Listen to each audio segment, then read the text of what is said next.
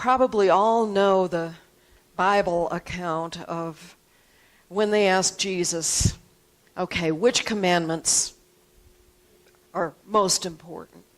I mean, they had a lot of commandments, and then they had a lot of laws around the commandments. They were trying to pin him down. What's most important? And he says, well, not only most important, there are really only two. First is love God. Second is love your neighbor as you love yourself. Well, commandments. Sounds like should, sounds like we're going to be watching you.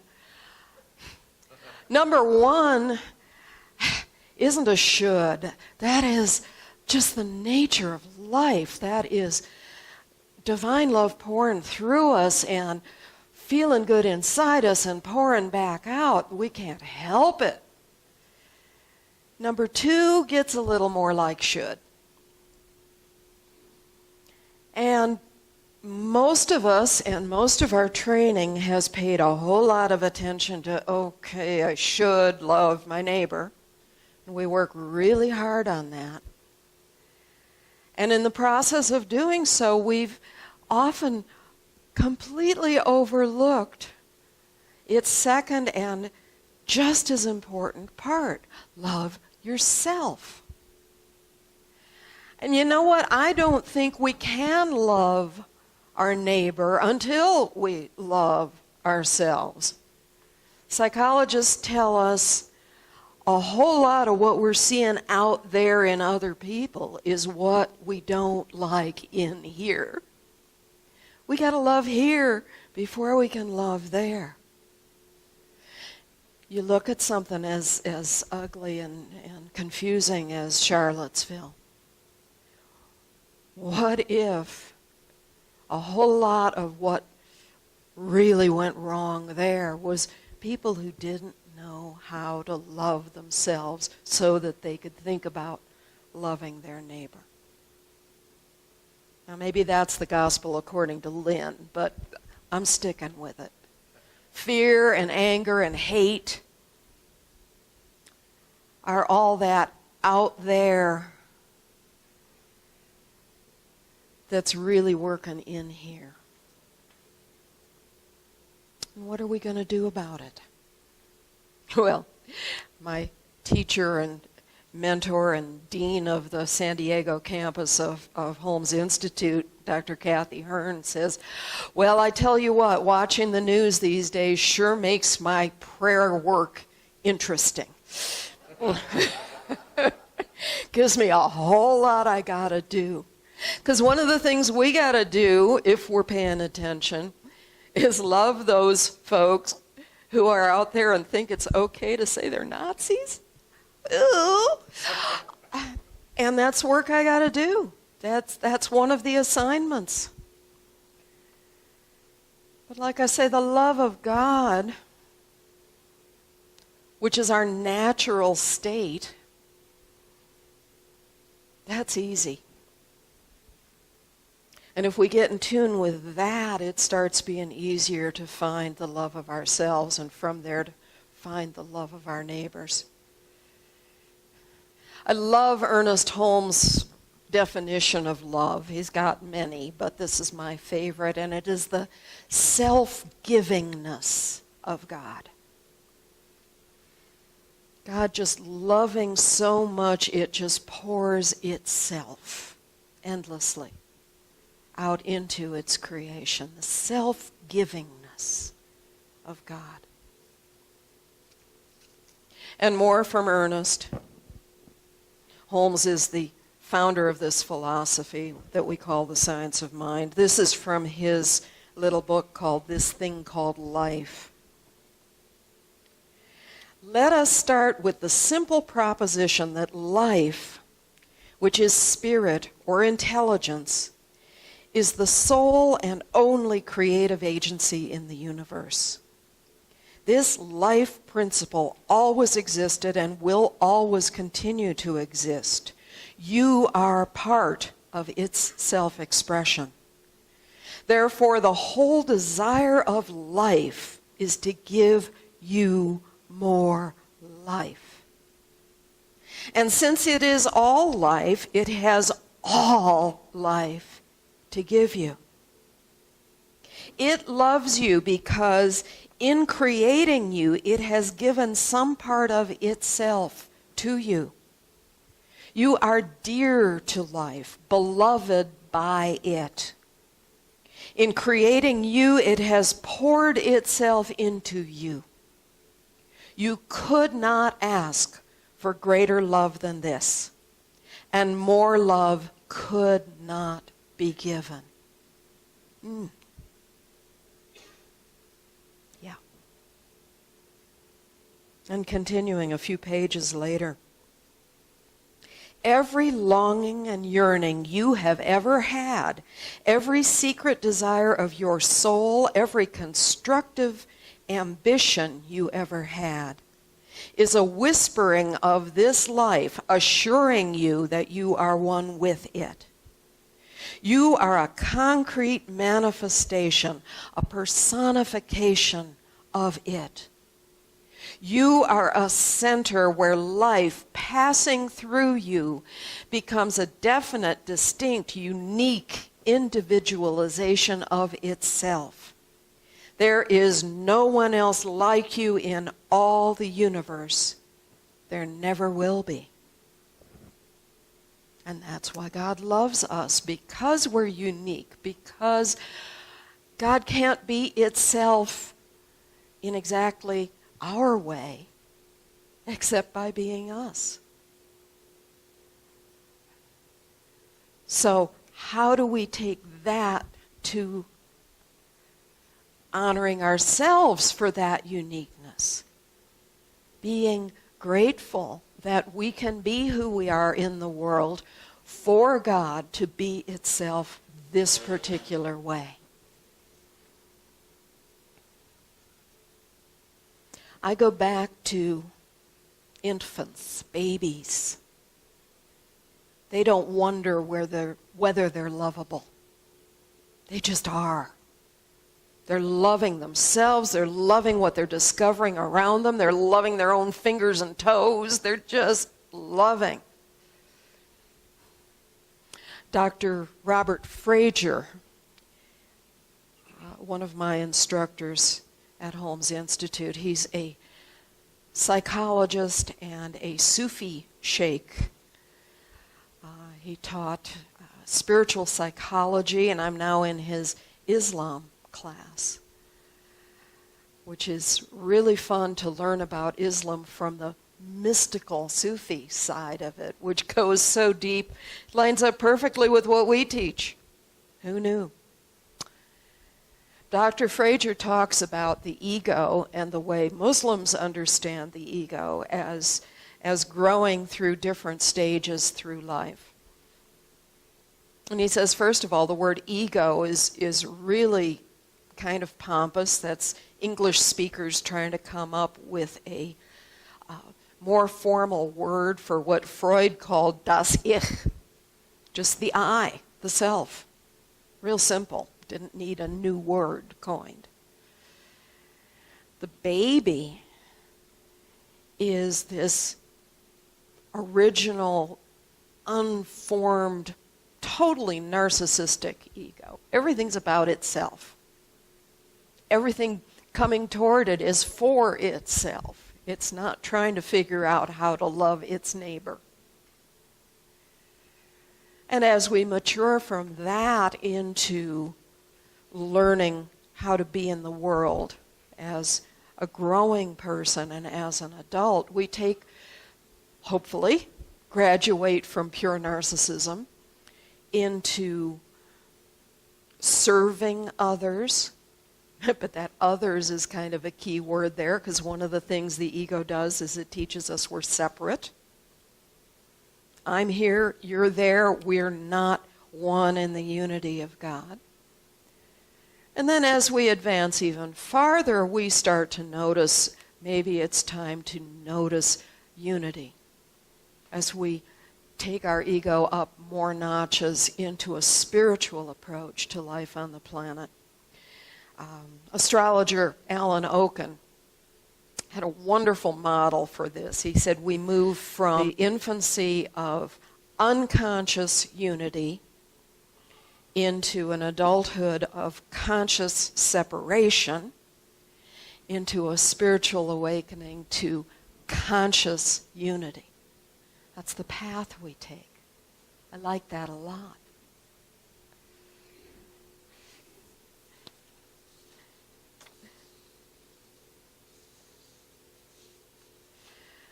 But when we get to that place within our ego growth that we realize we need to be serving others, there are healthy and unhealthy ways to do that too.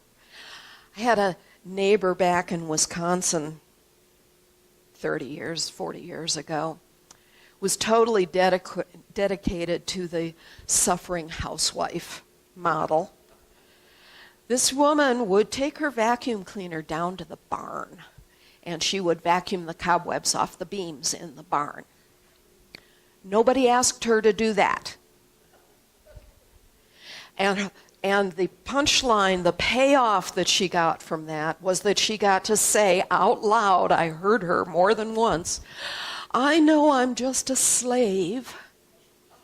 Okay? She got a lot of mileage out of that. Ugh. Had another friend in Wisconsin who used to iron her towels. Now, at least she knew she wasn't doing that for anybody else. She was doing it for herself because she liked to iron. And towels were easy, whatever. I have never vacuumed a barn. I have never ironed a towel. But I do remember when The Artist's Way came out, that wonderful Julia Cameron book, and I bought it and I plunged into it and I was going to open up my own inner artist big time. And I fell in love with her exercise of doing morning pages, which is a journaling activity that was, oh boy, that was right up my alley. I loved that. But she had another exercise in there that was supposed to be once a week you gave yourself what I believe she called an artist's date. And this was that you set aside some time just for you.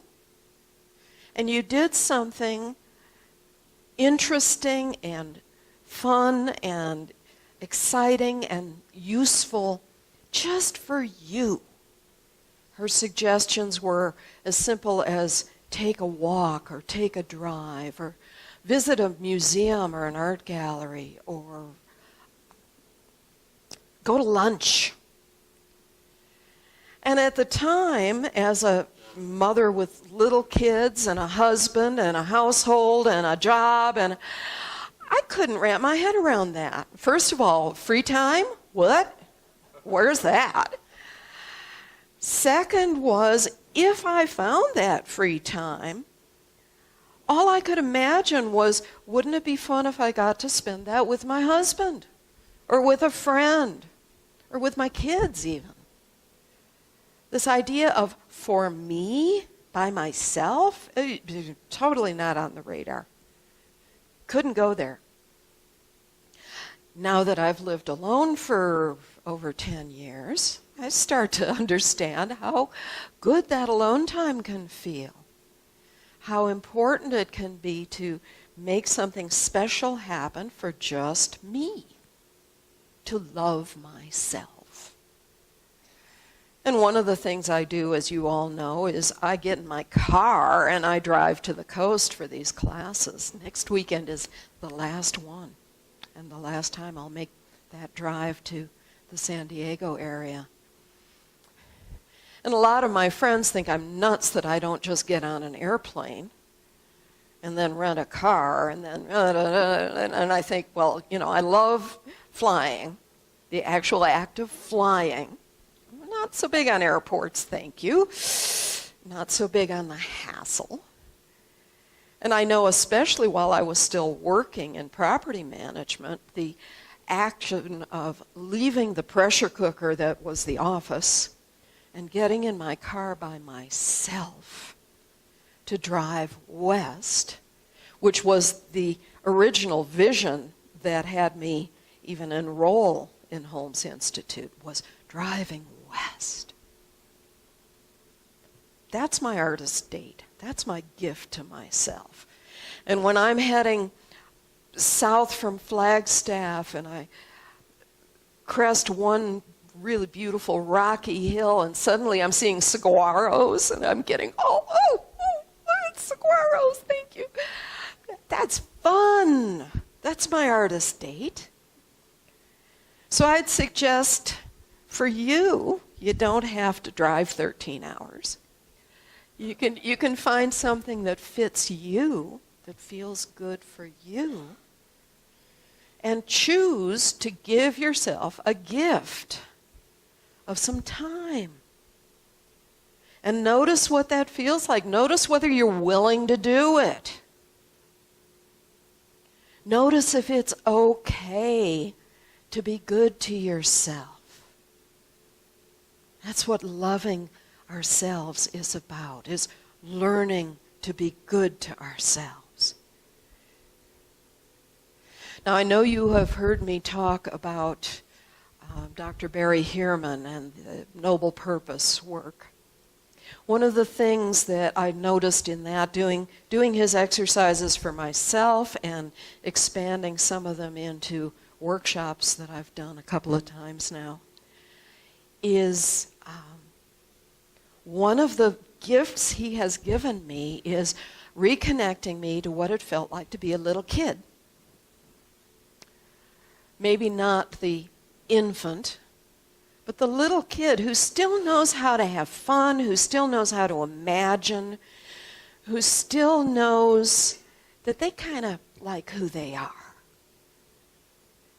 And one of the ways that he does that, and that I've done in these workshops, is to ask folks a series of questions. And the idea is to get them into remembering what makes them happy, what ways they like to express.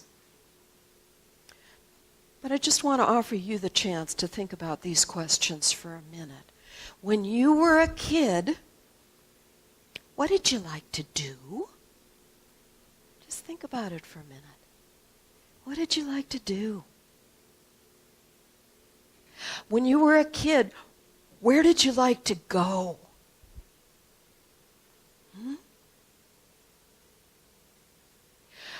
When you were a kid, what did you like to imagine? What fantasies did you like to play out inside your head, or in bed at night after the lights were out, or out playing in the backyard? What did you like to imagine? And if we can get back in touch with that and what it felt like to enjoy being who we were, that's a really good way to get in touch with what it feels like to love ourselves. Because kids really can have that and can express that. And how many of you remember Art Linkletter and Kids Say the Darndest Things? Remember? Oh, yeah. It was funny, it was cute, because those kids had no filters. They just explained the world the way they understood it, or they repeated things that their parents really wished they hadn't. But they just let it out. They just blurted what felt good to say out loud. Great one like that. This is not from the TV show. This one is from, secondhand experience. This was a young woman I knew at my center 25 or 30 years ago. The little boys in the story are now in their mid-30s probably. This was a young mother with a husband and 2 sons, little kids. And she and her husband and the 2 boys went out for dinner in a restaurant one evening. And the littlest one needed to go potty. Well, the mother had always been the one that took the boys to the bathroom. They were young enough, it didn't hurt that they went to the ladies' room with her. But on this particular occasion, she turned to her husband and she says, you know, I've done this a lot. I think it's your turn. Would you take him? So the dad took the little boy to the men's room. And here's the mom waiting at the table for everybody to come back to the table. And this little kid comes roaring back through the restaurant, hollering, happy. Everybody in the room turns to see what's going on, right? And he screams, Mommy, Mommy, Daddy let me pee in the sink. Yeah. Didn't get explained that a urinal isn't a sink. And he'd never seen one before. I tell that story, first of all, because it makes me laugh every time. Second, because the energy in that child of woohoo, something new and wonderful happened, is the feeling I want us to feel. What if we could feel like that? Maybe not all. Let's give ourselves a dose of it once in a while. Let's get in touch with what it feels like to love ourselves. I subscribe to a blog that sends me an email every morning. It's called Peace on the Inside. She finds a good quote, and then she expands on it a little bit. A couple of weeks ago, this quote came through from Robin Quivers. It's essential that a part of you not grow up. Yeah. And Jane swears by it because she turned 5 yesterday, right? Yeah. And then the blogger goes on to say, if you decided that you wanted to practice cultivating and growing your capacity for joy or delight, how would you do it? That's a great question to just be with. How would I cultivate my capacity for joy or delight? Because that's loving ourselves. That's giving ourselves a gift. That is sharing that givingness of God into our experience, and then from there out into the world, because it can't help but go out into the world. You see that little kid's shining, smiling face, and it makes you smile. So it's not just his gift to himself. It's a gift that goes out to your neighbor. Another Holmes quote, whoever you are, be proud. You are a divine idea in the mind of God. Yes, proud of it. And I would add to proud, I would add grateful. Because it's that feeling of gratitude that God decided to do this as me. And I get to share in the experience and take it forward wherever I want to go with it. And Spirit is along for the ride saying, woohoo, here we go. Yes.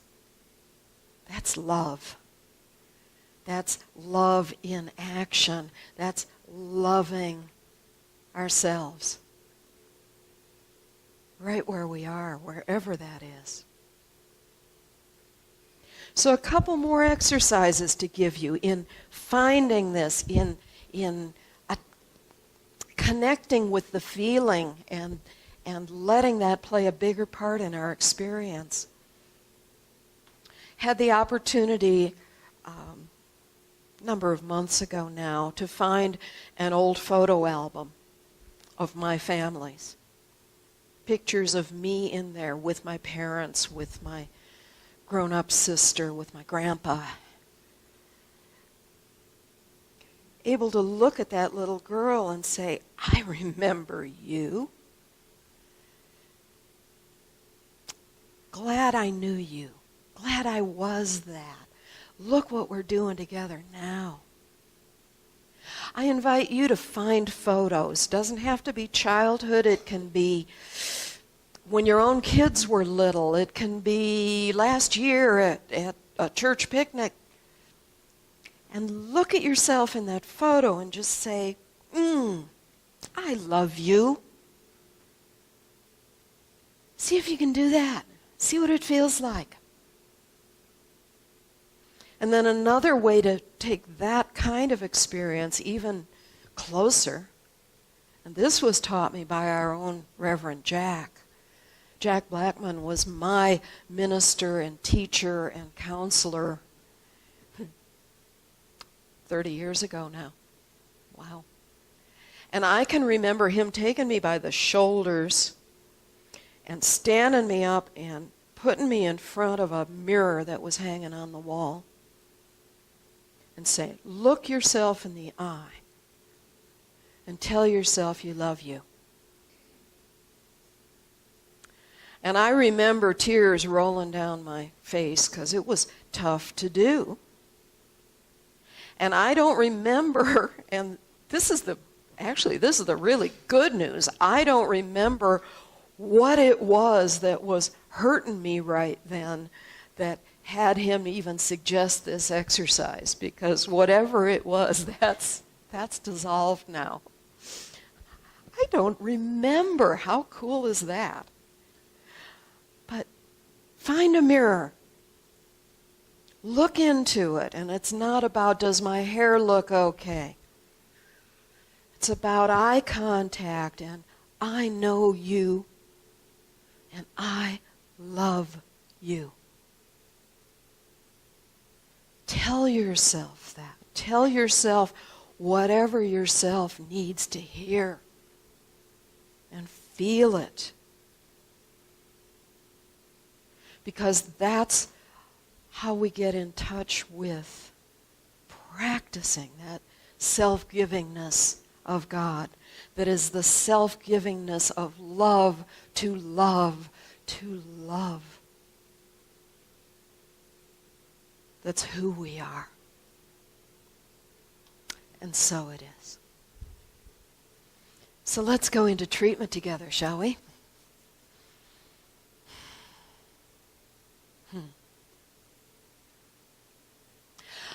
I know there's only one life, one love,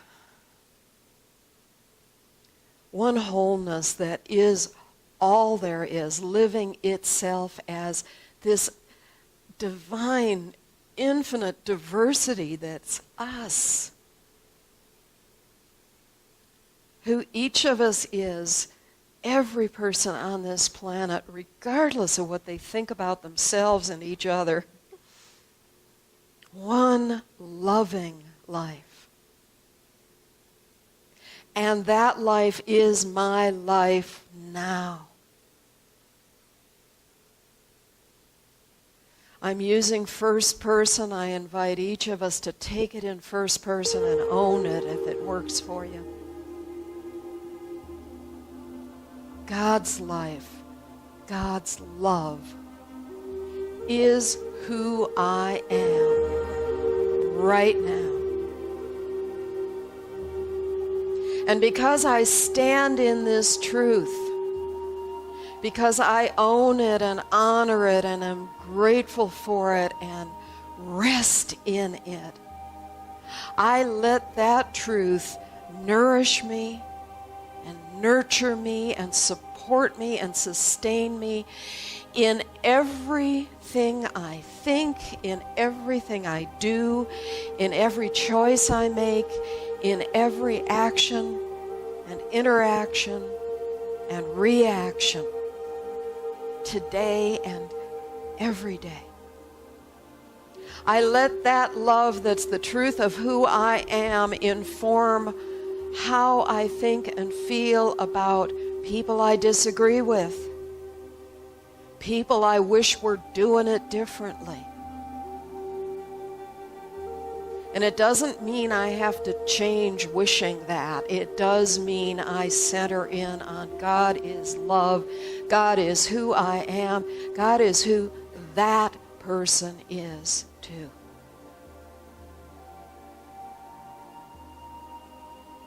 And in my heart of hearts, I find my center, my peace, my security in love.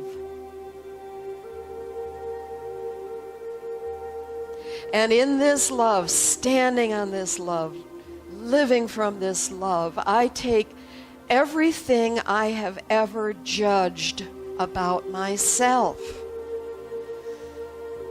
everything I wished I'd done differently, every word I wished I hadn't said, and I pour that love freely to it and through it, through my judgments, through my thoughts, through my feelings. And I let that love just say, I love you. Unconditionally, fully, freely. I love you.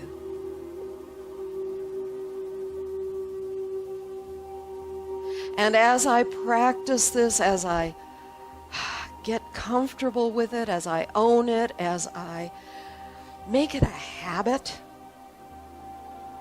I know that I become a clearer and clearer light in the world. I become a clearer and clearer channel for love to be itself, through me and for me and with me and as me.